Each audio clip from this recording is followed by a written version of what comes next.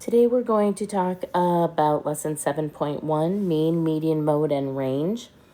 This should be a review lesson, so it shouldn't take us that long, but I would like you to have your notebook out, have a pencil ready, and have a calculator by you. Go ahead and label the next blank page in your notebook 7.1, mean, median, mode, and range. So let's go over definitions and how to do it just as a quick recap. So first thing, I want you to put this into your notes. These are called measures of central tendency. And we have the mean, which is the average, the median, which is the middle number, and the mode, which is the number that occurs most often.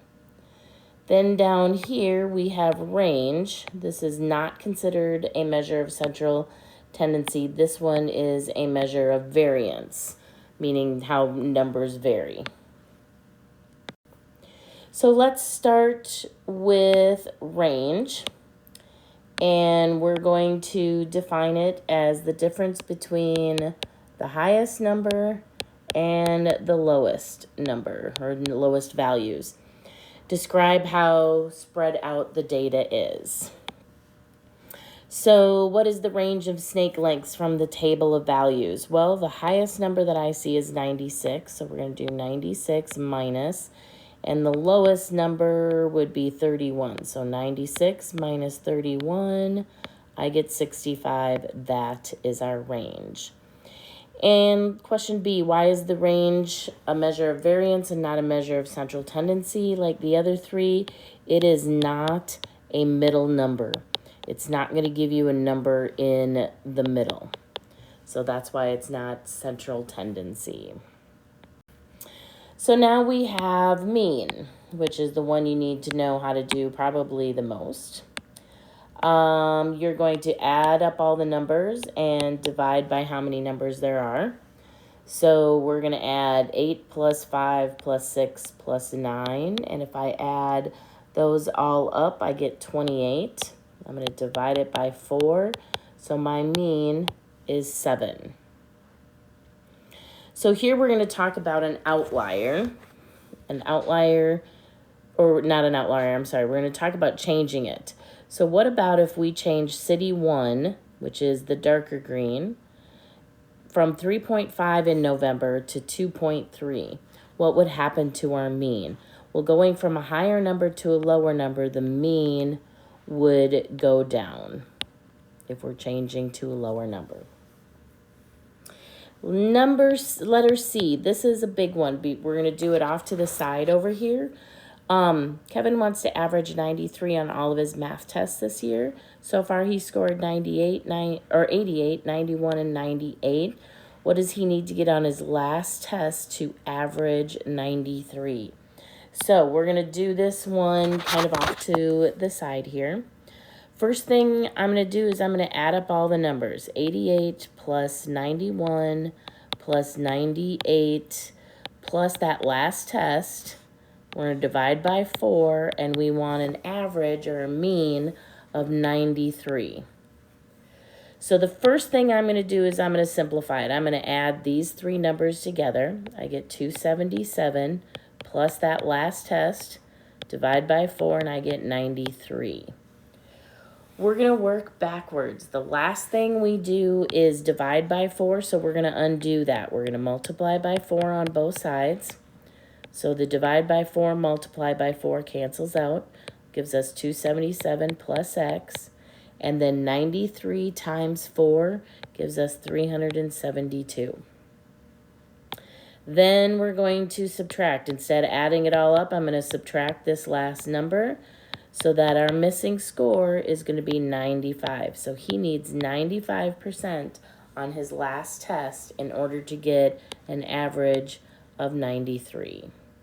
That's one you're going to see a couple more times, so that's one that you may want to pay attention to. Now we're going to talk about an outlier. An outlier is a data value much above or much below than the other values. It can affect the mean or the range, or the average, I guess is what it's called. I'm sorry, not the range, the average. So here's our outlier down here. It's 28. Most of our data values are up here. The outlier is a lot smaller. So look at this list of numbers. Which one is the outlier here? We're looking at that 85 as being the much higher number. Circle the outlier. Look in our little red box, Shetland pony heights. Calculate the mean with and without the outlier. Describe how the outlier changes the mean. So if you look, most of them are in 30s and 40s. The one that's not is 28. That is lower. Because the outlier is lower, if we took that out, the mean would actually go up. So 28 lowers the mean. So if we include it, the mean is smaller. If we take it out without the 28, the mean goes up.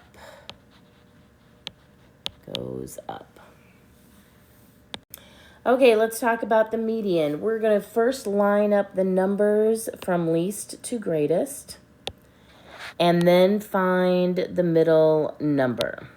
So the first thing we have to do is put them in order from least to greatest. So we have 3, and then a couple of 5s, and then we have a 6 and a 7, 2 8s, and 2 9s.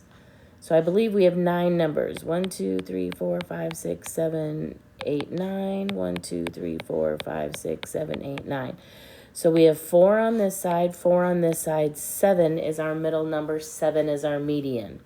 However, what happens if we have an even number? So now we got negatives. So the smallest number is going to be -6. And we have a couple of -5s.